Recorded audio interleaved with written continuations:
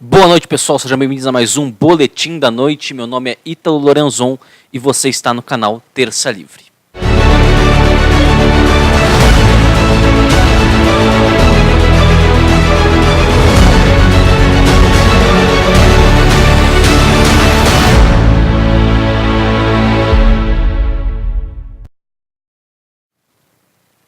É isso aí, pessoal, começa aqui mais um Boletim da Noite no canal Terça Livre. Meu nome é Ítalo Lorenzon. Hoje é dia 29 de agosto de 2018, quarta-feira, são 18 horas e 38 minutos aqui no meu relógio. Sejam todos muito bem-vindos.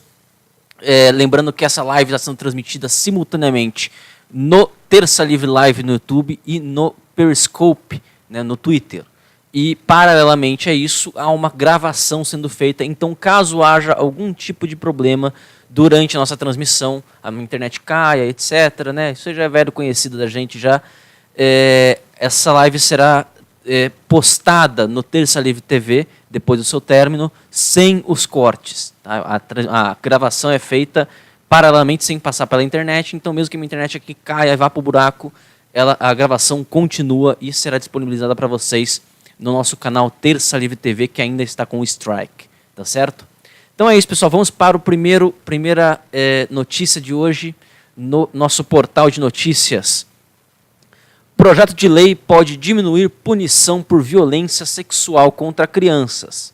Senador Magno Malta deu parecer contrário ao texto. Senador Magno Malta é esse aqui da foto, para quem não sabe ainda. Um projeto de lei em análise no Senado pretende inserir no Estatuto da Criança e do Adolescente, o ECA, dispositivo para enquadrar e punir a prática de violência sexual contra crianças e adolescentes.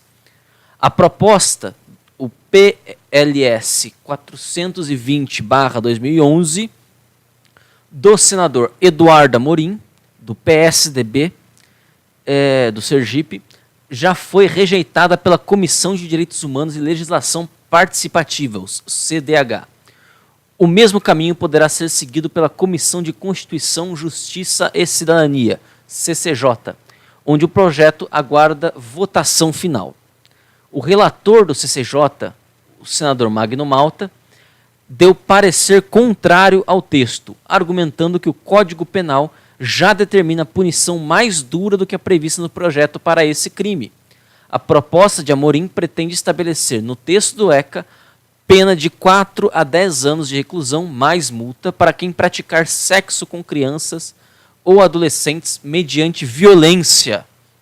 Malta observa que, pelo Código Penal, a punição pode ir de 8 a 15 anos de reclusão. O relator justificou: no mérito, compartilhamos do entendimento constante do parecer aprovado no CDH. Do tema já tratam os artigos 213, parágrafo 1º, e 217-A do Código Penal, com penas ainda mais rigorosas do que as propostas pelo PLS. Se o PLS 420/2011 fosse aprovado, diz Malta, acabaria favorecendo os criminosos já condenados por violência sexual contra crianças e adolescentes, dada a inserção de penas mais brandas no ECA, uma flagrante contradição com os interesses da sociedade. Tudo isso entre aspas. Por que ia acabar favorecendo? Porque em direito penal, né, existe um princípio chamado bonum partem, né, que significa o seguinte: a lei retroage, ela só retroage se for para favorecer o réu. Né? Então, se você está preso por algo que era considerado crime, por exemplo, e de repente passa-se uma lei que diz que não é mais crime, você é libertado. No entanto, se você cometeu uma coisa que não era considerada crime e depois passou a ser crime, você não é preso. A lei não retroage para prejudicar, ela só retroage para beneficiar. Né? Existe uma razão filosófica mais profunda por isso, é um princípio razoável. E, no entanto, quando a gente vê esse tipo de situação, o que aconteceria? Muitos daqueles que estão presos por crime sexual contra crianças, por estuprar crianças, vamos falar português bem claro, né? Já passaram do tempo de reclusão que estaria previsto pelo ECA. Né? Estão cumprindo agora, digamos, tempo que está previsto pelo Código Penal. Nessas circunstâncias, essas pessoas seriam libertadas, elas teriam o seu abono. Existe interesse da sociedade em libertar estuprador de criança? Eu acho que não existe nunca, mas enfim, já temos aqui uma lei que pune de 8 a 15 anos. Eu já acho muito pouco, mas enfim, é a lei que nós temos. Né? Os caras querem diminuir isso ainda mais, né, através dessa proposta. Então, o sujeito aqui, o senador Eduardo Amorim, né, do PSDB, está prestando esse pequeno desserviço. Pequeno, ironicamente, evidentemente. Né? Isso serve para vocês perceberem, né, o quanto o professor Olavo não está sendo nada leviano ao dizer que a próxima etapa da agenda do movimento LGBT, né, na verdade, do movimento globalista como um todo, né, que tem no LGBT só uma das várias pontas de lança, a legalização do amor infantil, da liberdade sexual da criança. Né? O que isso significa? Né? É velha tática, né? Você coloca um nomezinho mais bonito que é para gerar aceitação. Né? Você está falando de estupradores, de pedófilos. É desse tipo de gente que você está falando. Tá? Para não restar dúvida. Para não restar dúvida. A agência Lupa fez um fact-checking, entre aspas, nas falas do Jair Bolsonaro de ontem, quando ele disse que houve o 9º Congresso LGBT infantil. E disse que não, porque não houve Congresso LGBT infantil. De fato, não houve Congresso LGBT infantil, não com este nome. Não com este nome. Mas houve um Congresso LGBT que tratava de infância e sexualidade. Então, o que aconteceu? O Bolsonaro errou o nome, mas falou de algo que aconteceu. Eles foram lá e falaram assim, não, isso aqui é fake. O Bolsonaro falou que era fake, por quê? Porque errou o raio do nome do Congresso. Eles botam uns nomes assim, difícil de decorar, né? E falam, não, você tem que saber exatamente, não é fake. Não, o problema não é o nome do Congresso, raios. O problema é o que se trata o Congresso. Por ele ter um outro nome completamente diferente. Congresso dos jogadores de futebol de botão. Se lá dentro você está tratando de crianças e sexualidade, ainda mais numa temática LGBT, né, então é disso que se trata o Congresso, não o seu nome. Né? Bom, mas enfim, né, a agência Lupa, a gente sabe de onde vem o dinheiro deles, né? É o novo Ministério da Verdade do Jorge Soros. Né? Então vamos para a próxima notícia.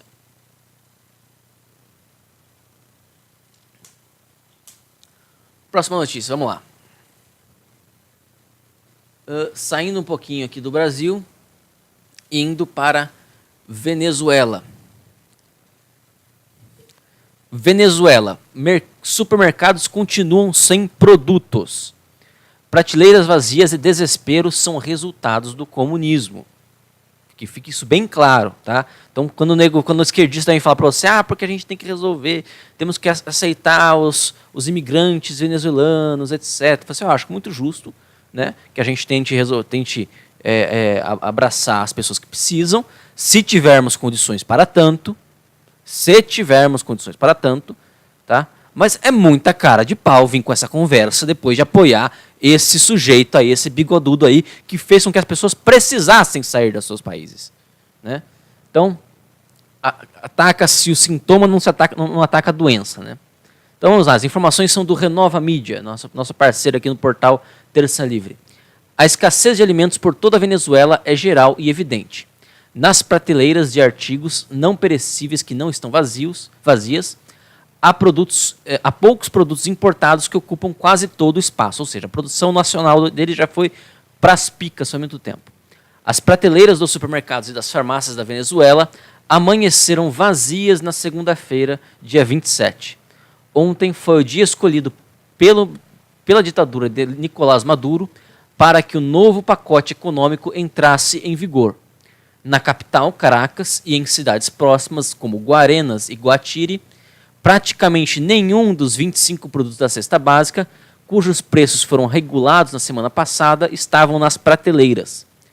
Em vários supermercados de Caracas, os freezers que deveriam expor carne bovina estavam completamente vazios. Apenas alimentos processados como hambúrgueres estavam disponíveis. Um açougueiro que preferiu não se identificar, porque será que preferiu não se identificar, né? Disse que a loja para a qual trabalha não está recebendo produtos e que não está claro quando eles voltarão a ser entregues. Vocês imaginam o que foi quando a gente teve a greve dos caminhoneiros, né? Imagina esse desespero há anos, né? Essa é a vida média dos venezuelanos. Nas redes sociais, vários venezuelanos divulgaram na segunda-feira imagens das prateleiras vazias em supermercados de diferentes regiões do país, um fenômeno paralelo à queda de preços ordenada pelo governo. A situação se repete nas farmácias do país, né? Então temos aqui várias fotos que vocês podem conferir lá, né? Das prateleiras, né? Porque é óbvio, né? Se você tem uma inflação galopante e ao mesmo tempo você ordena queda, você por decreto regula os preços, né? O efeito disso é desabastecimento, porque o produtor não consegue produzir. Não dá para explicar isso de maneira mais óbvia. Não dá para explicar de maneira mais óbvia. Se você tem uma inflação, significa que os seus insumos estão sofrendo inflação.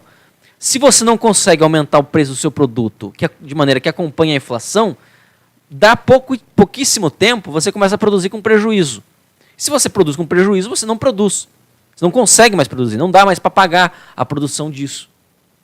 Então, tá aí. Parabéns aos envolvidos, parabéns ao Levante que está com o Maduro, parabéns a Gleisi Hoffmann, parabéns a todo o PT, parabéns ao PSOL, parabéns a Luciana Genro, Boulos, né? Todos vocês são coautores, ao menos cúmplices morais disso aqui que está acontecendo. E cada uma das mortes de cidadãos venezuelanos, cada um dos problemas sociais que os imigrantes venezuelanos estão enfrentando aqui no Brasil é culpa de vocês. Vocês são cúmplices. Vocês ajudaram a construir isto aqui na Venezuela. Vocês são cúmplices disso. Nós não podemos deixar isso passar. Não podemos esquecer disso. Não podemos esquecer disso. Todos vocês, toda a esquerda nacional que bateu palmas para Maduro, disse que Maduro era um líder popular, disse que Maduro, na verdade, estava sendo perseguido pelo capital americano, disse isso, disse aquilo, disse aquele outro.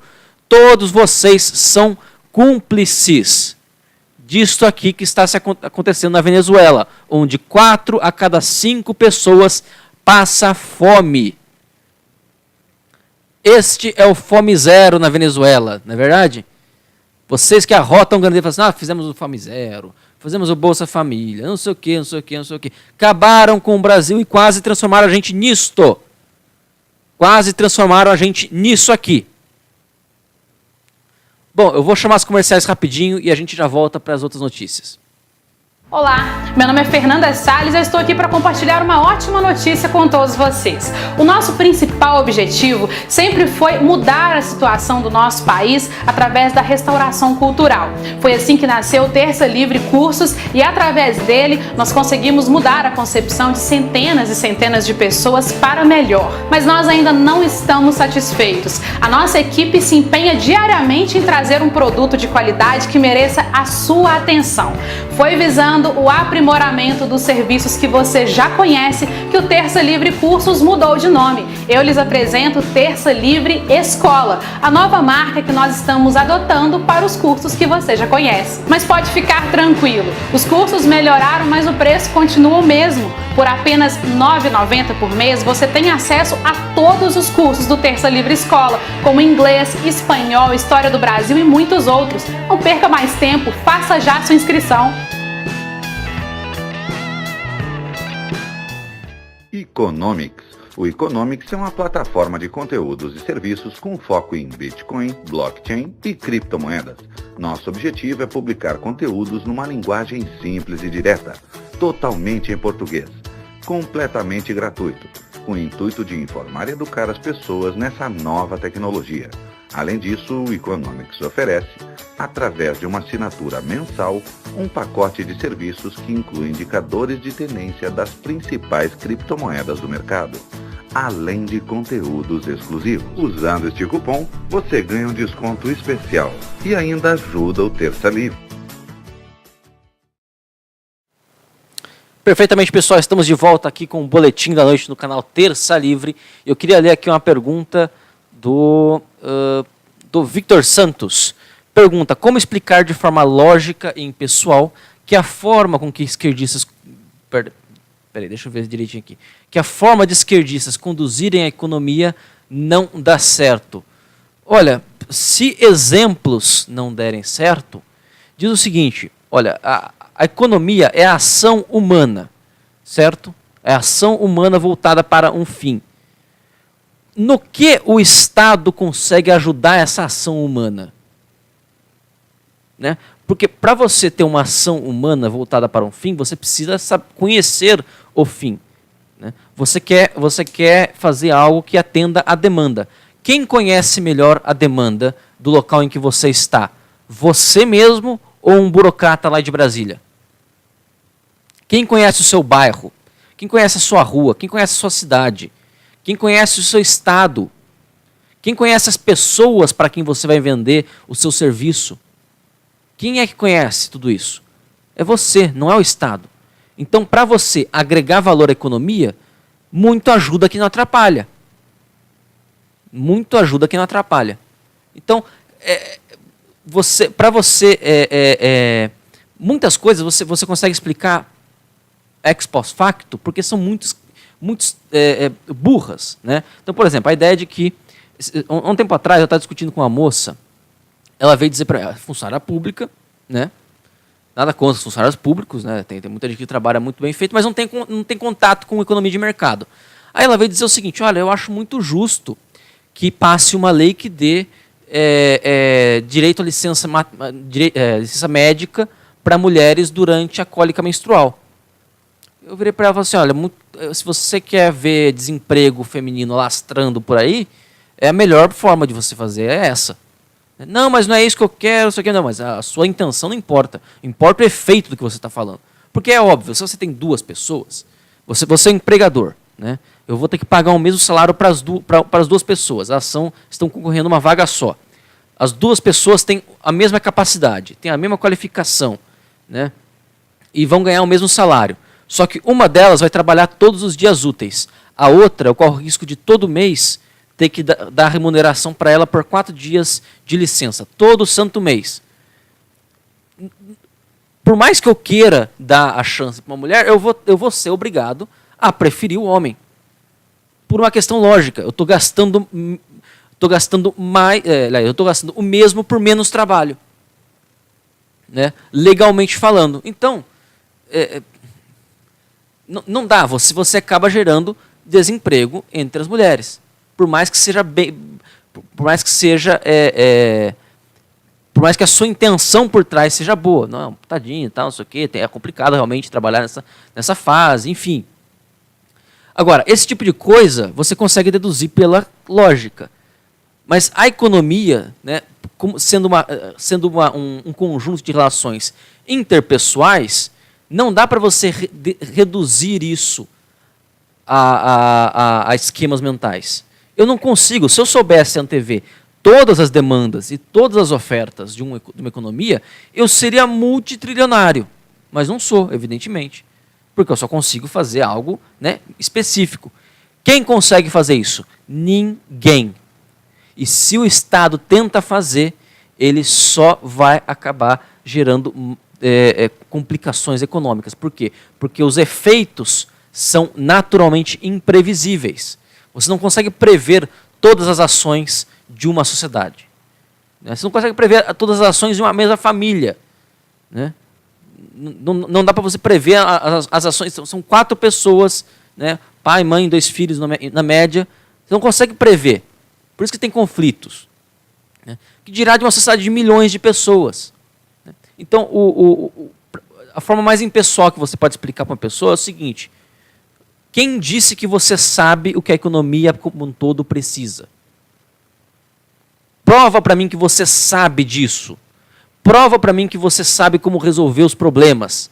Prova para mim que você consegue realmente entender cada uma das pessoas. Não tem como ele provar. Não tem como ele provar. Só que para isso, você precisa saber que economia não é um conjunto de gráficos. Não é um conjunto de taxas e de estatísticas. Isso aí é uma ferramenta para você tentar entender a economia. Tentar entender uma parte da economia, mas isso é tudo uma abstração. Economia, de fato, são pessoas reais fazendo coisas reais, seja bens, sejam serviços. E para eles fazerem isso, eles precisam antever, fazer uma aposta, né, de demanda das pessoas. E para isso é preciso conhecer as pessoas, conhecer o ambiente que se está. Né? Então, é isso. Né? A forma mais fácil, mais prática que eu consigo imaginar que você explique para uma pessoa, para um esquerdista, por que a forma como a esquerda, a forma como o intervencionismo tomado como princípio acaba com a economia de um país. Então vamos lá, última notícia de hoje, para a gente encerrar. Estava demorando, né? Jornalista da Globo ataca o Gab. A aflição de uma esquerda desesperada. Isso aqui é um artigo do Ricardo Roveran. Não, perdão, desculpa.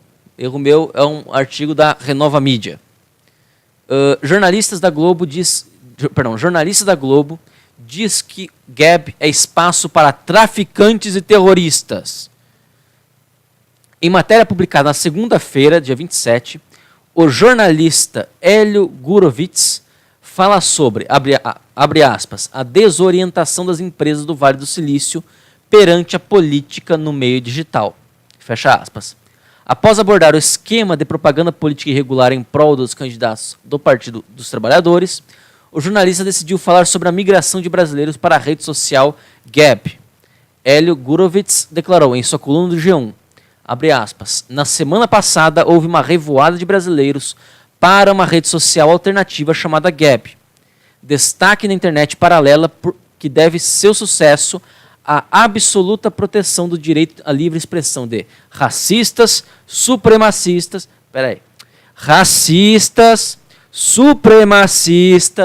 neonazistas, antissemitas, teóricos da conspiração, traficantes e terroristas. Tá? Ele está chamando vocês disso tudo aí. O jornalista diz que o sucesso da rede social se deve à proteção oferecida a grupos propagadores de ódio. Ódio, para ele, é tudo aquilo que não concorda com ele, vale lembrar. A informação não procede, óbvio. A maior parte dos usuários que migram para o Gab estão em busca de liberdade de expressão, tendo em vista os inúmeros casos de censura contra usuários direitistas nas grandes redes sociais.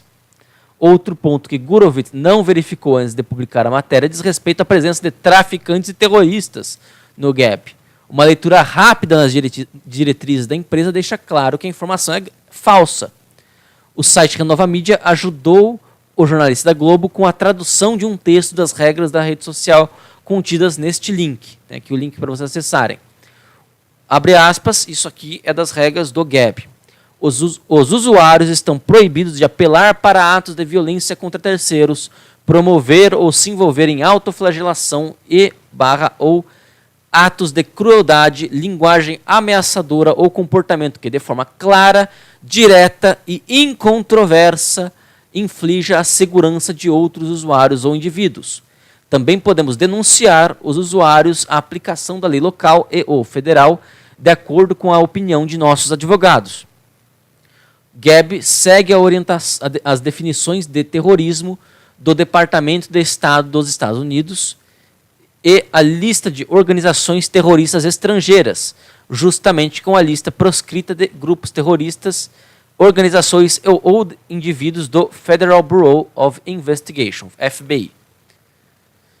O CEO do Gab, Andrew Torba, não ficou nada satisfeito com a publicação e denunciou as inverdades contidas na matéria do jornalista brasileiro Hélio Gurovitz. abre aspas, Gab não permite que terroristas ou traficantes realizem atividades ilegais. Esta é uma mentira clara, declarou o perfil oficial das redes sociais. É óbvio, mas é óbvio que... O que ele está fazendo aqui? O Hélio Gurovitz, ele está jogando tudo no mesmo saco, né? Então, quem está indo para lá são propagadores de ódio. Quem está indo para lá são terroristas, são traficantes, são antissemitas, são racistas. Não estou dizendo que não haja esse tipo de gente lá, não traficantes nem terroristas. Mas que não haja pessoas que são racistas lá, né? Acontece o seguinte, quem tá colocando no mesmo saco é conservadores de maneira geral e racistas é o Facebook e o Twitter. E a gente tem que fugir para uma plataforma que nos garanta liberdade de expressão. Então, cabe pensar o seguinte, cabe perguntar ao senhor Hélio Gurovitz o seguinte: por que você tem tanto medo que conservadores falem? Por que você tem tanto medo que conservadores possam se expressar? Qual é o medo que você tem? Qual é o medo real, exatamente? Que conservadores possam postar suas opiniões em redes sociais, que possam ser lidos, que possam ser discutidos, que possam discutir com você. Por que tanto medo, senhor Hélio Gurovitz? Será que você não tem o mínimo de segurança a respeito daquilo que você defende, seja lá o que for, porque eu não faço a menor ideia das suas opiniões políticas? Por que tanto medo? Por que tanto receio? Venha cá debater conosco, debata conosco, não precisa mentir, não precisa apelar para joguinhos retóricos, para tentar desqualificar seu adversário. Debata o que de fato conservadores dizem, debata o que de fato conservadores defendem. Se você discorda, diga por que discorda, argumente contra. Não fique pensando, não fique se valendo desses joguinhos assim, porque isso, meu caro, só mostra incapacidade intelectual para debater com o outro. Então, senhor Hélio Gurovitz, pode ficar absolutamente tranquilo. O maior risco que você pode correr com a livre expressão de conservadores é passar vergonha. E eu não conheço ninguém que morreu disso até hoje, tá bom? Então fique tranquilo, tá bom? Então é isso aí, pessoal. Estamos encerrando aqui nosso boletim da noite. Espero que vocês tenham apreciado. Não se esqueçam de inscrever-se no nosso canal no YouTube, tanto o Terça Livre Live quanto o Terça Livre TV. Essa live aqui, depois que ela for finalizada, será retirada do Terça Livre Live, será colocada como não listada, na verdade, e será colocada na íntegra no Terça Livre TV. Então, se você quiser dar uma ajuda na divulgação do nosso canal, espere que essa live seja colocada à disposição de vocês no Terça Livre TV e compartilhe nosso vídeo nas suas redes sociais, inclusive o Gab, tá certo? Então, um abraço a todos vocês, uma excelente quarta-feira e fiquem com Deus.